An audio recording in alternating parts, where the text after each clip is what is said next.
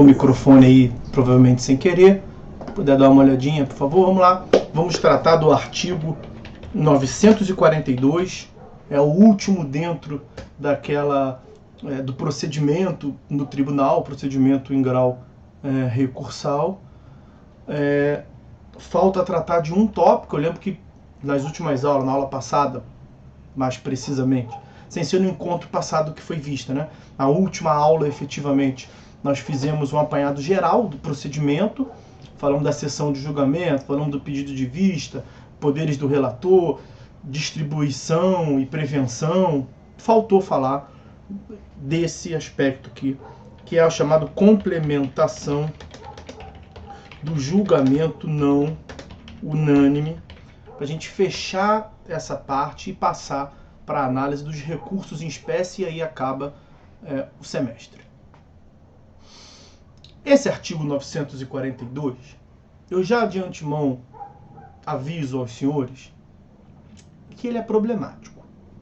A redação dele tem tudo para te enganar. Você tem que ter cuidado. Porque ao ler o caput, você fica com uma sensação que é absolutamente incompleta. Não é bem daquele jeito.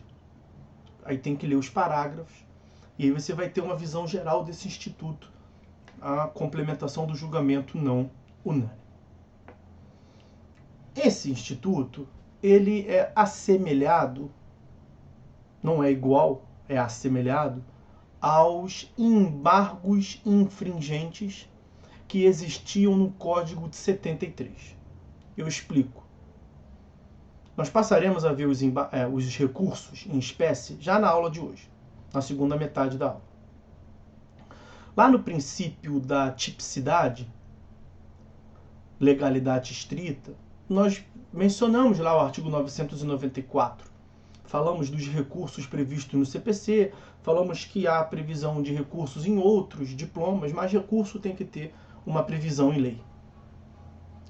No 994 do CPC não tem os embargos infringentes. E tinha no Código de 73. De modo que era um recurso que existia no Código anterior e não existe mais. O embargos infringentes. E esses embargos infringentes, eles eram uma modalidade de recurso que a doutrina não ia muito com a cara dele. Já tinha mesmo uma intenção de há muito tempo de acabar com esse recurso. Diversas tentativas foram até efetuadas de acabar com os embargos infringentes e ele voltava. Sempre voltava. Então uma lei tirava, uma outra lei colocava. E no Código de 2015, pode dar a impressão de que ele não existe. Só que é esse 942. Veja, eu disse que é muito assemelhado. Não é exatamente igual. Não é igual porque não é recurso. Não é um recurso, mas é a mesma lógica por trás dos embargos infringentes. Então, para entender o artigo 942, vamos ver como é que eram os embargos infringentes. Não existe mais um recurso chamado embargos infringentes no CPC. Uma outra ressalva que eu faço sempre com os senhores também. Tenho lido, muita gente escreveu por aí, que com o Código de 2015 acabou os embargos infringentes. Cuidado, cuidado. Isso é uma meia-verdade.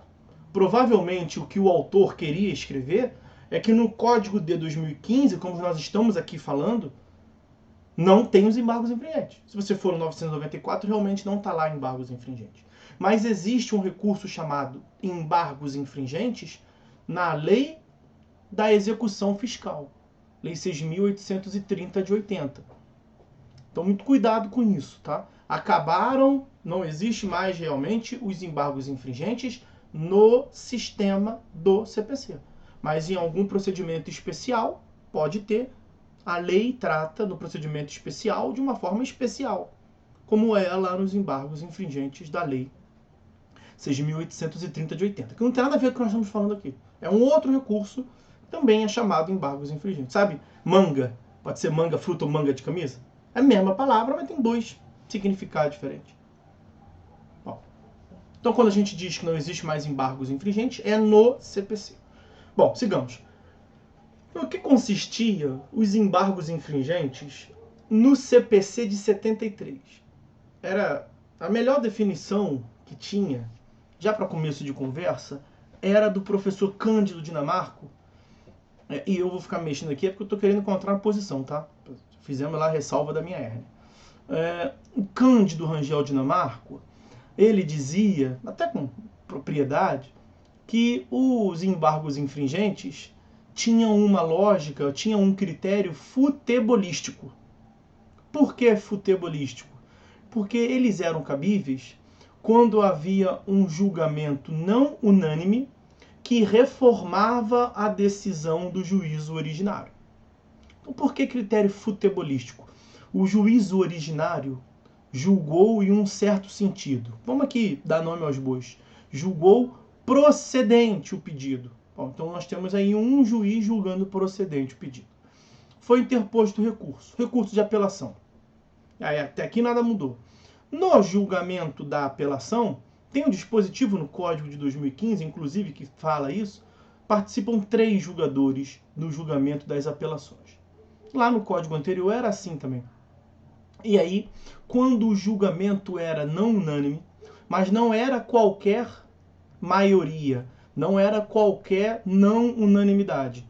Tinha que ser um julgamento não unânime que reformasse a decisão anterior, que modificasse. No nosso exemplo, era julgado procedente, o tribunal passou a julgar improcedente, inverteu. E aí de onde vem o critério futebolístico? Bom, julgamento não unânime de 3 é sempre 2-1, estamos de acordo? Sempre 2-1. Então, com o voto do tribunal, participaram ao total naquele processo 4 julgadores, um juiz, 3 desembargadores. E aí estava 2-2. 2 julgando procedente, 2 julgando improcedente. O pedido no nosso exemplo. Quer ver? Os 2 que conduziram o voto no tribunal foi 2-1. Os 2 julgaram pela improcedência. Mas teve um que julgou pela procedência no tribunal. Se pegar o voto daquele desembargador no tribunal que julgou procedente e pegar o julgamento do juiz também pela procedência, tá aí o critério futebolístico. 2-2, está empatada a causa. E aí tinha os embargos infringentes.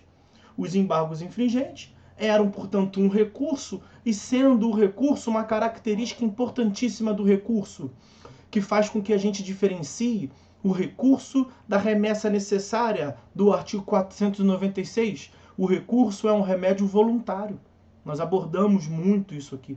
Então a parte interessada, a parte que tinha ganho embaixo e perdeu em cima, apresentava um outro recurso chamado embargos infringentes, falava para o tribunal, está empatado, desempata isso aí, eu quero um novo julgamento. Quero um novo julgamento, vai ter lá a distribuição, serão outros jogadores e vamos ver como é que vai ficar. Porque aí tá 2-2, participaram 4, vão ter mais 3 votando e vai ficar 7. Aí vai ficar 6 a... não, tava 2-2, vai ficar 4-3 para alguém. A lógica era essa, o critério futebolístico. Ok? No código atual, é algo muito parecido. Não é absolutamente igual, mas é algo muito parecido. Mas a primeira distinção que os senhores já devem ter em mente é que a complementação do julgamento não unânime não é um recurso. Por que que não é um recurso? Porque assim como se passa na remessa necessária, aqui na complementação do julgamento não unânime, artigo 942, o novo julgamento com outros julgadores se dá automaticamente. Não precisa requerimento. Então não é necessário a interposição de um recurso. Não é recurso.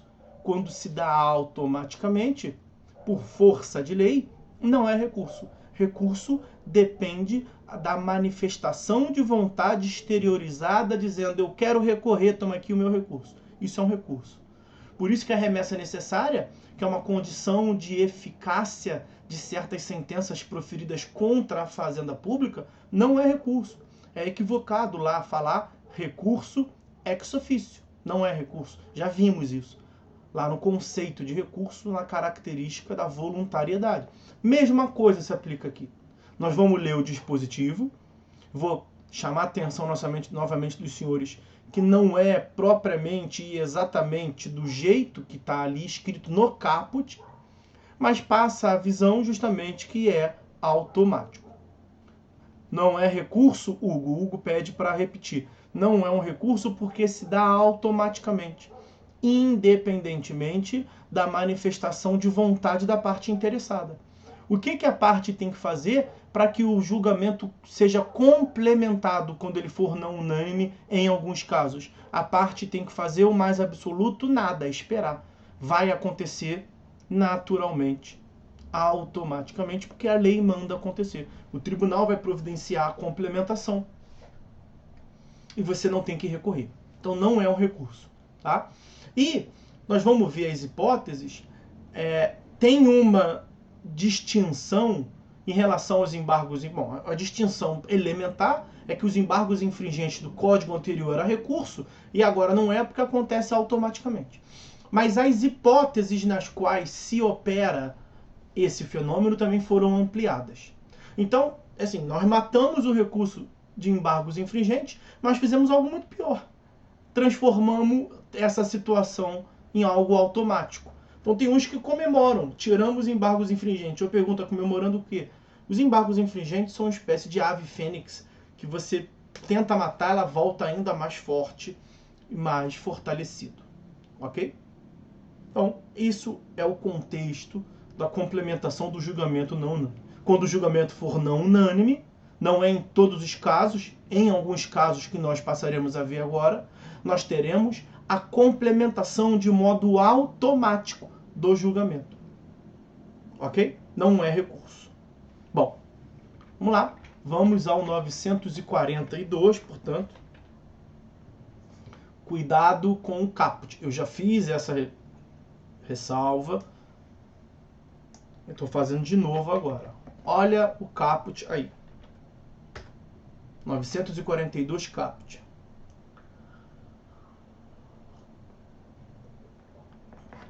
Eu vou ler direto, depois a gente relê, destacando ponto por ponto, ok? Quando o resultado da apelação for não unânime, maioria, o julgamento terá prosseguimento em sessão a ser designada, com a presença de outros julgadores, que serão convocados, nos termos previamente definidos no regimento interno, em número suficiente para garantir a possibilidade de inversão do resultado inicial, assegurada às partes e a eventuais terceiros o direito de sustentar oralmente suas razões novamente perante os novos julgadores. Ok? Vamos ler de novo. Não é bem assim. Quer ver? Quando o resultado da apelação for não unânime. Resultado da apelação não unânime. Foi o que nós explicamos até agora. Por maioria, 2-1. O que mudou? Não é apelação que reforma a decisão. Agora, qualquer apelação. Então, vamos continuar nosso exemplo. Uma sentença de procedência. É interposto um recurso. Julgou um juiz embaixo, vão participar 3 julgadores em cima. 3 desembargadores. A apelação é julgada por 3 desembargadores. Resultado: desprovimento do recurso por maioria. O que significa dizer desprovimento do recurso? Que não foi dado acolhimento ao recurso, de modo que mantiveram a sentença. Mas não foi por maioria, então foi 2-1. Sendo 2-1, teve um voto vencido. Esse um voto vencido foi pela improcedência. O juiz lá embaixo julgou procedente, foi interposto o recurso para mudar. O julgamento do recurso, da apelação, foi por maioria para manter a sentença. Então foram 2 desembargadores concordando com o juiz, julgou certo, para ser procedente mesmo. Então foram 3 pela procedência, 1 pela improcedência. Ainda assim cabe essa complementação. Vai se dar de modo automático, porque o código atual, diferente do código de 73, lá era tratado por aquele critério futebolístico, 2-2, está empate, tem que ter a prorrogação. Era como o Cândido Dinamarca dizia. Agora não. Agora qualquer julgamento não unânime de uma apelação, 2-1, gera automaticamente a complementação do resultado. complementação do julgamento, ok? Então, ainda ali no começo, vou até destacar, quando o resultado da apelação for não unânime. Espera aí que... Ó, essa primeira parte aqui. Então, já vimos o não unânime, mudou em relação ao código anterior. Agora, olha ali, ó, quando o resultado da apelação, lendo o caput, e pelo que eu falei até agora aqui com os senhores, o que os senhores naturalmente pensam? Com toda a razão. É um instituto, então, que é relacionado exclusivamente à apelação. O que eu falei? Cuidado com essa previsão. Cuidado com esse dispositivo. Porque vejam bem o que consta do parágrafo 3º.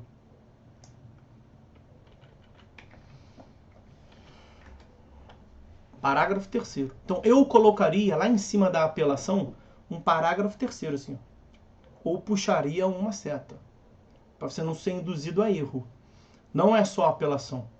A técnica de julgamento prevista nesse artigo, qual é a técnica de julgamento? É a complementação.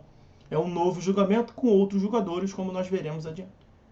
Essa técnica de julgamento aplica-se igualmente ao julgamento não unânime proferido em, dois incisos, a ação rescisória e agravo de instrumento. Mas por que o legislador tratou diferente? Porque na apelação é qualquer resultado.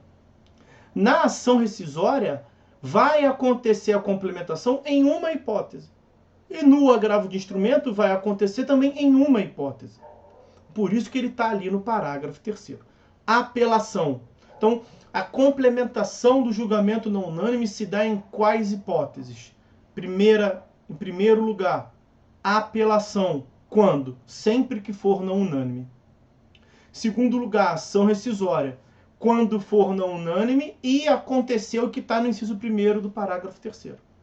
Agravo de instrumento. Quando for não unânime e aconteceu o que está no inciso 2º do parágrafo 3º. Agora vamos ver qual é esse acontecer, esse tipo de coisa. Vamos lá. Aplica-se igualmente ao julgamento não unânime proferido em inciso 1º. Ação rescisória. Quando o resultado for a rescisão da sentença, devendo, nesse caso, seu prosseguimento ocorrer em órgão de maior composição previsto no regimento interno. Essa previsão do regimento interno é de menor importância aqui, é uma questão prática. Quando que vai acontecer? Quando o julgamento da ação rescisória for não unânime pela rescisão. O julgamento da ação rescisória pode ser pela rescisão ou não, evidentemente. A procedência da ação rescisória é a rescisão. A improcedência da ação rescisória é a manutenção da sentença. A ação rescisória é um tipo de ação que excepciona a imutabilidade da coisa julgada material. Coisa julgada material, artigo 502, que nós vimos lá em processo civil 1. Imutabilidade, indiscutibilidade de uma decisão de mérito. Aí o artigo 966 trata da ação rescisória. A ação rescisória tem como finalidade rescindir, desconstituir essa decisão de mérito transitada em julgado. Então a ação rescisória vai gerar uma modificação de algo que a princípio é imutável. Leiam o artigo 502 e leiam o artigo 966. Essa é a visão geral da ação rescisória.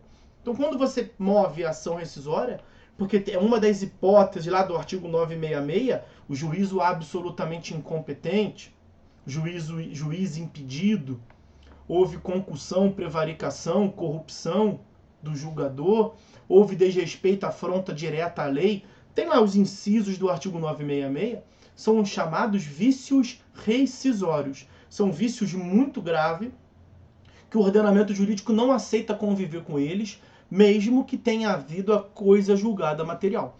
Então, no período de 2 anos da ação rescisória, artigo 975, você pode mover uma ação para desconstituir aquele julgado anterior. Então, a ação rescisória, de uma vez por todas, é uma exceção a imutabilidade da coisa julgada material. Sendo exceção, deve ser interpretado, portanto, restritivamente e não ampliativamente. Logo, o julgamento não unânime de uma ação rescisória não gera sempre a complementação. Só vai gerar a complementação quando o julgamento for 1. Não unânime, 2. No sentido da rescisão da coisa julgada material. Tertuliano pergunta: na ação rescisória é possível, inclusive, após trânsito em julgado, em juízo de segundo grau? O trânsito em julgado é quando não cabe mais recurso. Então, pode não caber mais recurso uma decisão do primeiro grau, uma decisão do tribunal intermediário, uma decisão do STJ, do STF. Pouco importa qual foi a última decisão. Trânsito em julgado é o fenômeno de não caber mais recurso. Pode ser que a parte tenha interposto todos os recursos cabíveis. Aí o trânsito em julgado se deu no STF. Pode ser que ela tenha perdido o prazo da apelação. E aí o trânsito em julgado terá se dado da sentença do juiz de primeiro grau. Em regra, aconteceu o trânsito em julgado, houve julgamento de mérito, artigo 502, coisa julgada material, inês é morta, aquele processo vai ser enterrado 7 palmos do chão, não se mexe mais, acabou. Ah, mas tá errado, mas tá errado do jogo, fazer o quê? Às vezes você pega um ônibus errado, vai pro lugar errado. Pega o metrô na linha errada, vai pro lugar errado. Serviço público tem erro também. Às vezes o médico no SUS esquece, sei lá, um tampão dentro da barriga. Ninguém tá falando que é certo, mas erros acontecem. Mas tá errado. Não tem o que fazer. É a segurança jurídica. Agora, se for um erro muito grave, você descobriu depois que foi utilizada uma prova falsa. Você descobriu depois algo que não acontece aqui, só acontece na Finlândia, países nórdicos, esse tipo de coisa, aquela coisa horrorosa que é lá. Você descobriu lá, aqui nunca, lá, que o juiz vendeu a sentença, que houve corrupção. Aí você tem é algo grave demais. Então, no período de 2 anos, excepcionalmente, se bater nas hipóteses lá do 966, seja lá de onde se deu o trânsito em julgado, você pode rescindir aquele julgado no prazo de 2 anos. Também, 2 anos depois, seja lá o que tenha acontecido, é o que se chama de coisa absolutamente julgado, aí não tem como mexer. Tem até uma hipótese, mas não é a matéria aqui, vai dar mais trabalho de falar do que a gente só fazer menção. Bom, o que importa é o seguinte: foi proposta a ação rescisória, artigo 966. O julgamento da ação rescisória pode ser pela manutenção do julgado, que é a improcedência da ação rescisória. Nessa hipótese de manutenção do julgado, pouco importa se foi por maioria ou se foi por unanimidade. Não cabe o 942 de complementação, porque a complementação depende de 2 critérios. Primeiro critério, não unânime. Em todos os casos é assim. Segundo critério, em relação à ação rescisória. Na ação rescisória tem que ser não unânime e tem que ser pelo provimento, pela rescisão do julgado. Então, primeiro caso, julgamento unânime pela manutenção do julgado. Não cabe. Não cabe porque nenhum dos 2 critérios bateu. Foi unânime e não foi pela rescisão. Segundo exemplo, julgamento por maioria, logo, não unânime, pela manutenção do julgado, pela improcedência da ação rescisória. Não cabe. Não cabe porque bateu só um dos 2 critérios. Foi o não unânime, mas não houve a rescisão. Terceiro exemplo, o julgamento da ação rescisória foi pela rescisão do julgado, mas se deu de modo unânime. Não cabe. Não cabe porque também bateu só um dos 2 critérios. O primeiro critério, que é ser não unânime, não foi. Então teve a rescisão, que é o segundo critério, mas foi por unanimidade. Não cabe. Então quando que cabe na ação rescisória? Veja que é mais de 4 hipóteses, só uma serve. Quando o julgamento for não unânime pela rescisão. Está escrito no inciso 1º. Inciso 2º, agravo de instrumento, quando reforma a decisão que julga parcialmente o mérito. O agravo de instrumento é o segundo recurso que nós estudaremos. Lá no artigo 1015, tem várias hipóteses de cabimento do agravo de instrumento. 13. mas uma foi vetada, então está escrito lá 13, mas são 12. Dessas hipóteses de cabimento do agravo de instrumento, somente uma pode vir a gerar a complementação do julgamento não unânime. Então, foi interposto um agravo de instrumento com base no inciso 1º do artigo 1015, que é sobre a tutela provisória.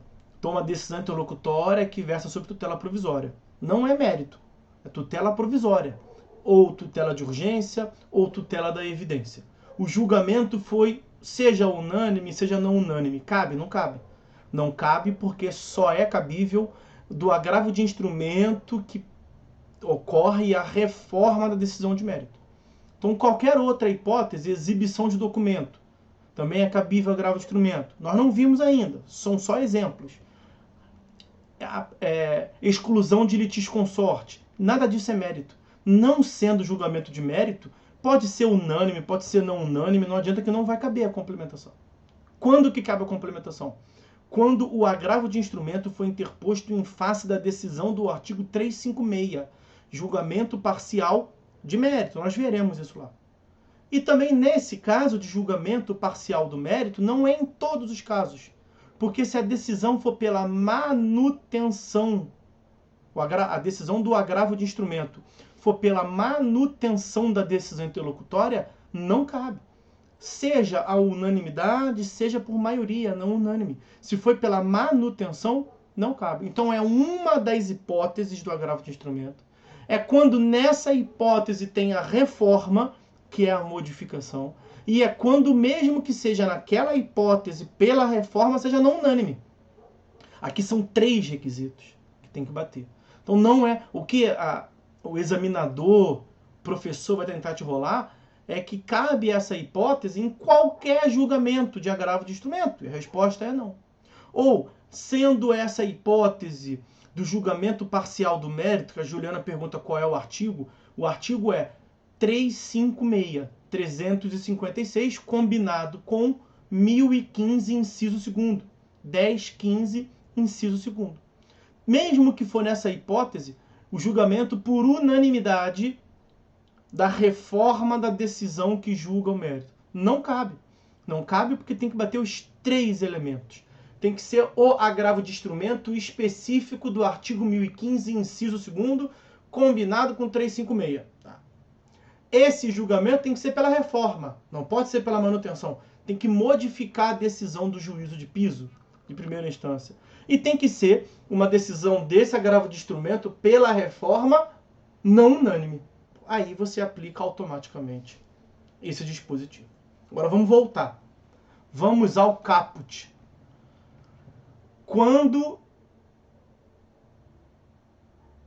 professor, os critérios são esses, tá tudo no parágrafo 3º, mas em relação à rescisória e em relação ao agravo do instrumento, tá, Fábio?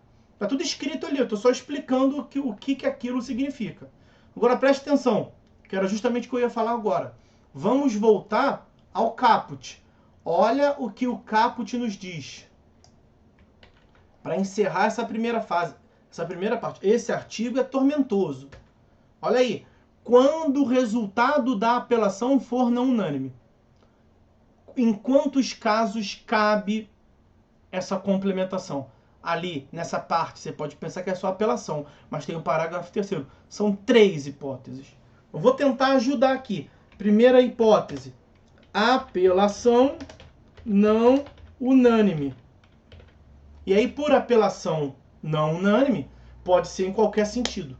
O que importa é que o julgamento da apelação foi 2-1. Ah, mas manteve ou reformou? Pouco importa. A lei não trata disso. Ok? Segunda hipótese de cabimento. Ação rescisória mais não unânime. O não unânime é sempre, né? Mais, peraí que saiu errado ali, rescisória, mais não unânime, mais resultado igual rescisão ou procedência da, vou botar assim, A, primeiro requisito, B, segundo requisito. C, terceiro requisito. Eu tentei deixar o mais mastigado possível. Na ação rescisória, artigo 942, parágrafo 3º, inciso 1º, os requisitos são esses aí. Segunda hipótese, não é só apelação. Terceira hipótese. Primeiro requisito, agravo de instrumento. Aí é agravo de instrumento, tá, meus amigos? Agravo de instrumento do artigo 1015, inciso 2º, combinado com o artigo 356. Vai aparecer para os senhores aí, entre aspas. Mais não unânime, mais reforma da decisão interlocutória. Olha, tá aí. São 3 hipóteses de cabimento. Apelação, 2 requisitos. Apelação não unânime. Ação rescisória, 3 requisitos. Tem que ser uma ação rescisória não unânime com resultado de rescisão. Agravo de instrumento, 3 requisitos. Tem que ser um agravo de instrumento específico do 1015, segundo com o artigo 356. Tem que ser não unânime, todos tem que ter o não unânime, né? O nome do instituto é a complementação do julgamento não unânime. E o terceiro requisito é a reforma da decisão interlocutória. Ok? Vamos voltar ao caput, lá em cima. Eu vou trazer ele todo de novo, porque a gente já avançou essa primeira parte da apelação. Vou ler 942 do início. Quando o resultado da apelação, não apenas a apelação, for não unânime... Ah, matar logo isso aqui. Isso aqui eu não vou falar nada não, tá? Não tem necessidade de falar sobre isso aqui, não. É o parágrafo 4º, que é nesse contexto da apelação. Nós vimos quando é que cabe. Cabe na apelação, cabe no agravo de instrumento numa hipótese, cabe na ação rescisória em uma hipótese. E nas outras causas? Nas outras causas não cabe. Mas o parágrafo 4º quis deixar claro. Não se aplica esse artigo nesse caso. Tá? Então o parágrafo 4º tem um critério de exclusão. Não se aplica nessas hipóteses. Vamos lá. Vamos voltar ao 942. Caput. Quando o resultado da apelação for não unânime, o julgamento terá prosseguimento em sessão a ser designada. O que é isso aqui? Olha aqui, o que significa você falar que o julgamento terá prosseguimento? É a essência do instituto, é a complementação de um julgamento não unânime. Agora, em sessão a ser designada. Se a sessão vai ser designada, é na mesma sessão? O que o caput está dizendo? Que é apelação. Mas não é apenas apelação. E o que o caput está dizendo? Que a complementação vai se dar em uma outra sessão de julgamento, que vai ser designada. É a mesma? Pelo caput não é a outra. Ah, é? Olha o que nos diz o parágrafo 1º e o parágrafo 2º. Falei, cuidado com esse dispositivo. Parágrafo 1º. Sendo possível, o prosseguimento do julgamento dar-se-á na mesma sessão. Sendo possível. Colhendo-se os votos de outros julgadores que, porventura, componham o órgão colegiado. Os julgadores que já tiveram votado poderão rever seus votos por ocasião do prosseguimento do julgamento. Então, como é que você tem que interpretar o caput de acordo com os parágrafos? Geralmente é os parágrafos de acordo com o caput, né? Mas o caput está dizendo na apelação, mas não é só na apelação. É na apelação, no agravo e na ação rescisória, em certas hipóteses. O caput está dizendo em sessão que vai ser designada. Mas, na verdade, o parágrafo 1º está dizendo que é preferencialmente na mesma sessão. Como é que você interpreta esse caput? É para designar para outra data, se não for possível, na mesma sessão. Olha um aspecto prático aqui para você entender quando é que vai ser possível na mesma sessão. As câmaras cíveis do TJ-RJ, como no TJSP, como no TJ e MG, os tribunais maiores, quase todos os tribunais do Brasil, na verdade, as câmaras cíveis são compostas por 5 desembargadores. Ué, mas professor, você não falou que quem julga a apelação são 3? São 3. 3 dos 5. Lembra que nós falamos que a sessão de julgamento é um ato só, mas que julga um montão de recursos? Então tem uma ordem lá, recurso XYZ, recurso ABC, recurso 1, 2, 3, diversos recursos. Em cada recurso a composição é julgador 1, julgador 3, julgador 5, julgador 2, julgador 4, julgador 3, julgador... Então tem uma variação da composição de julgamento. Terminou um julgamento, começou o próximo, eu sou desembargador, eu vejo, estou nesse julgamento? Não estou. Então vou mexer aqui no meu voto, vou jogar free cell, vou entrar no WhatsApp, eu não estou participando desse julgamento.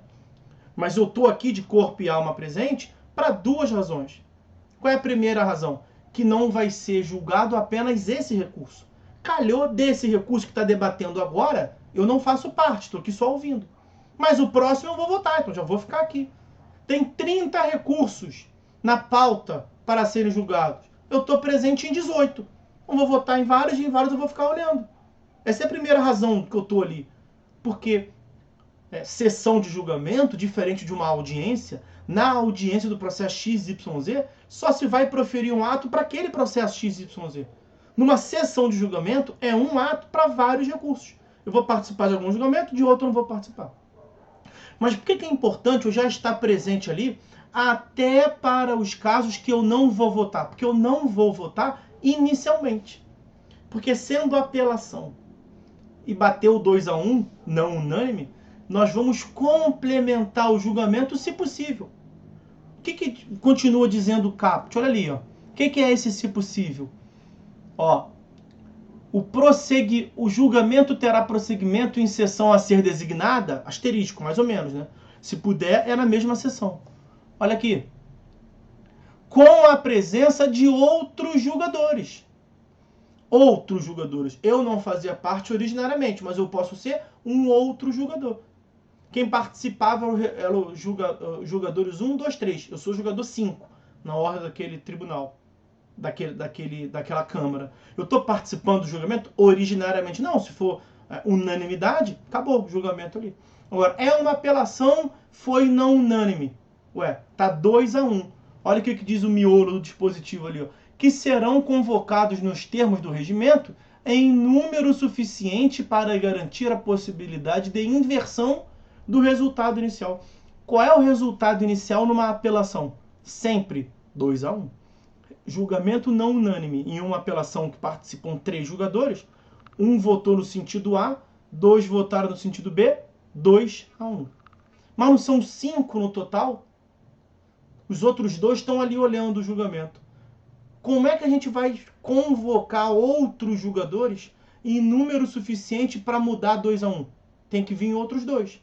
Porque se calhar desses outros 2 concordarem com um, fica 3-2, vira o jogo na prorrogação. Estão entendendo? Então, por isso que são 5 que compõem as câmaras. Participam 3 do julgamento. E se os outros 2, que serão convocados para possibilitar a modificação do resultado, se esses outros 2 já estão ali prontinhos para julgamento, é só olhar. E aí, escutou o que aconteceu aqui? Escutei. Tá 2-1, tá sabendo? Tô sabendo. Entendeu qual é a tese do voto condutor? Entendeu qual é a situação do processo? Entendeu qual é o voto vencido? Entendi. Então vamos lá, tá esperando o quê? Pode votar. Ah, mano, tem formalidade, não vai convocar? Não. Parágrafo 1º. Sendo possível, toque-me e voe. Julga logo isso aí. Então, na verdade, o que o caput está... Se o sistema funcionar direitinho, é para você não aplicar o caput. Não é para parar aquele julgamento e continuar numa outra sessão. Sempre que possível, é para continuar na mesma sessão. Cuidado com o caput. Porque bota uma questão ipsiliteris, repetindo o caput, pede para você marcar certo ou errado. Se você marcar certo, tá errado. Ah, mas eu estou seguindo a lei. Meus amigos, mas a lei deve ser interpretada sistematicamente. O caput parece dar a entender que vai sempre marcar um outro julgamento, mas cuidado com isso. Eu comecei dizendo que esse 942 ele é traiçoeiro. Que o parágrafo 1º do próprio dispositivo vai dizer, sendo possível, continua na mesma sessão. E aí o examinador vai te montar a situação que participaram 3 jogadores, que foi 2-1 e que os outros 2, o órgão é composto por 5, votaram os 3 primeiros. Os outros 2 estão lá preparadinhos e ouviram todo o julgamento. E ele vai jogar na tua cara o 940 caput, o 942 caput. Aí tu vai ler, tá falando aqui que vai designar uma outra sessão. Então, é essa alternativa aqui. E não é. Aí a alternativa é a última, fonte 8, letra pequenininha, que é a letra que você não vê bem, vai estar dizendo o parágrafo primeiro. Cuidado, portanto. Ok? E aí é isso. Vai convocar outros jogadores em número suficiente para reformar o resultado, sendo assegurada às partes e a eventuais terceiros o direito de sustentar oralmente suas ações perante os novos jogadores. Então é possível, vai continuar o julgamento. Se o advogado estiver lá, ele sustentou oralmente para 3 desembargadores. Mesmo que os outros 2 estejam lá, ele pode exercer o direito de sustentar de novo, para convencer esses outros 2. Pegar uma Câmara que é diligente, que quer acabar logo com o julgamento, que é o certo, duração razoável do processo. Imagina aqui uma situação, são 5 desembargadores, mais um está ausente justificadamente. Está participando de um congresso qualquer. Está indo uma licença médica. E está sem substituto. Então são 5, mas estão 4 só votando. Aí você prepara os recursos para julgamento naquela sessão daquele dia, só desses 4, porque o quinto não vai estar lá. Aí bateu lá um recurso qualquer teu, os julgadores são 1, 2, 3. O quarto tá lá olhando, o quinto não. Bateu 2-1. É uma apelação, seja lá qual foi o resultado. Tem que complementar. Mas tá 2-1. Como é que você vai complementar chamando só mais um? Não. Tem que ser em número suficiente para mudar. Número suficiente para mudar 2-1 são mais 2. Um tá ali. O que o tribunal pode fazer? O presidente do tribunal pode fazer? Lança a mão no telefone, chama o ramal da sala do lado. Aí, como é que tá o julgamento aí? Não, tá parado, tá interrompido. Alguém foi no banheiro. Tá, faz o favor pra mim. Separa um desembargador qualquer e manda pra cá. Informalidade, senhores. O que é? Nós temos um julgamento aqui no ano 1942. O outro aqui, falta um, só manda um pra cá rapidinho. É causa assim, 2 minutos a gente resolve isso. O cara sai de uma sala, vai na outra aqui, perfeitamente, acabei de chegar. Nesse caso, ele não viu nada do julgamento. Meio que começa de novo o julgamento. Vão explicar para ele o que aconteceu. O advogado pode sustentar oralmente para ele. E olha o que o parágrafo 2º está dizendo. Você imagina, olha a hipótese. Tá 2-1, o outro que estava lá presente fala assim, não, eu estou de acordo com a tese majoritária. Então tá 3-1, mesmo assim tem que chamar o outro. Porque tem que ser em número suficiente para reformar. Aí você imagina que vem esse outro cara, acontece às vezes, vem um outro desembargador e fala assim, a situação é essa. Então o voto vencido é nesse sentido. Está acolhendo, sei lá, a tese da irredutibilidade. O voto da maioria é nesse outro sentido, está rejeitando, né? Vocês já pararam para pensar que, pelo que eu entendi, não se aplica nenhuma coisa nem outra? Tem uma doutrina nova, tem uma decisão nova do STJ, não sei se os senhores viram, saiu ontem, que nesse caso aqui a solução não é A nem B, é W. Como é que é? Aqui, pesquisa rapidinho, isso aqui. Ih, que maravilha. Obrigado, estamos sendo atualizados pelos senhores. Julgamento unânime, nem A nem B, W, pode ser? Pode ser, o julgamento não acabou. O julgamento está em curso. Votou, imagina, lá no começo, não é o 942, lá no começo, votou o primeiro, votou o segundo. Não pode vir o terceiro e trazer uma tese nova? Pode. O julgamento só acaba quando termina, me perdoem a obviedade. É o que o parágrafo 2º disse lá em cima, aqui ó. Os julgadores que já tiverem votado poderão rever seu voto por ocasião do prosseguimento do julgamento. Tudo é possível. Tudo é possível de se mudar num jogo de futebol. Eu conheço uma certa situação aí, de um certo clube aí, que ganhou um título recentemente, nos últimos 5 minutos. Eu ouvi dizer, eu ouvi de orelhada isso aí. Tudo é possível. Enquanto tem bambu, tem flecha.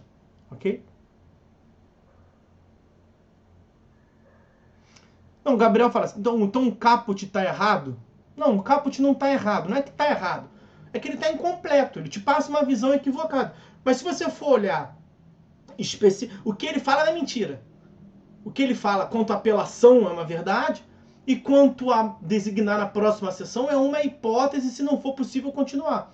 É porque, na verdade, nós temos o malveso aqui, especialmente no Rio de Janeiro, de ter um certo desprezo para a lei. A gente lê muita doutrina e pouca lei. E se você lê a lei na pressa, só o caput, tu vai se lascar. Na verdade, o 942 é composto por caput, por parágrafos, por incisos. Se tivesse a linha, por a linha. Você tem que ler ele todo. É que o professor Eros Grau, o ministro Eros Grau, dizia: o direito não se interpreta em tiras. Você não pode achar que entendeu tudo sobre complementação do julgamento não unânime lendo apenas o caput. E aí, quando você lê a íntegra do dispositivo, você chega a essa conclusão que eu passei aqui para vocês. Só tem que tomar cuidado na pressa. Porque aqui, com calma, explicando, você pode até estar pensando, pô, mas é óbvio, né? Quem vai ler só o caput? O que eu estou dizendo para vocês é a pressa, que os senhores sabem que às vezes acontece. Não domina a matéria. Tá no tato ali, ó, procurando. Vai lá no índice sistemático, achou julgamento não unânime, 940, nem sabia. Tá de paraquedas na situação. 942, vai ler o caput e achou a resposta. Não achou a resposta. Tem que ler ele todo. Não é que ele está errado. Eu posso concordar no sentido ali, a redação está mal feita? Tá, a redação, numa técnica legislativa, está mal feita. Ele tinha que colocar no caput, sempre que possível vai continuar na mesma seção. E no parágrafo dizer, não sendo possível, vai designar uma outra seção. Porque o que a lei quer, tem que vir logo no caput. Ah, o Luiz Fernando colocou, foi o Fluminense? Não, só me engano, foi um outro time. Foi um outro time. Ganhou um título aí de expressão nos últimos minutos. Só me engano, teve uma questão dessa. Eu não acompanho futebol, não sei dizer muito bem ao meu querido Luiz Fernando. Mas foi um outro time, se eu não me engano. Tá? Beber aqui um café rapidinho. Não sei se eu posso ajudar a melhor resposta. Deixa eu ajudar aqui, peraí. Um momentinho só. Fazer uma pausa aqui. Ver se esse número aí ajuda a ver quem é.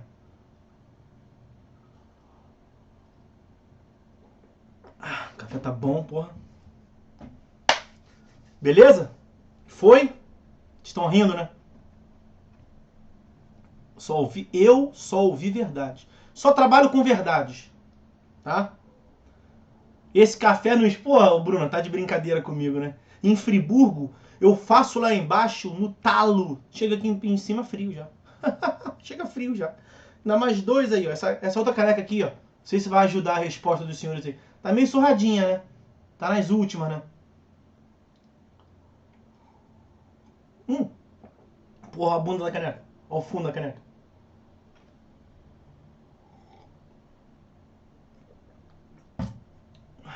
Bom, senhores,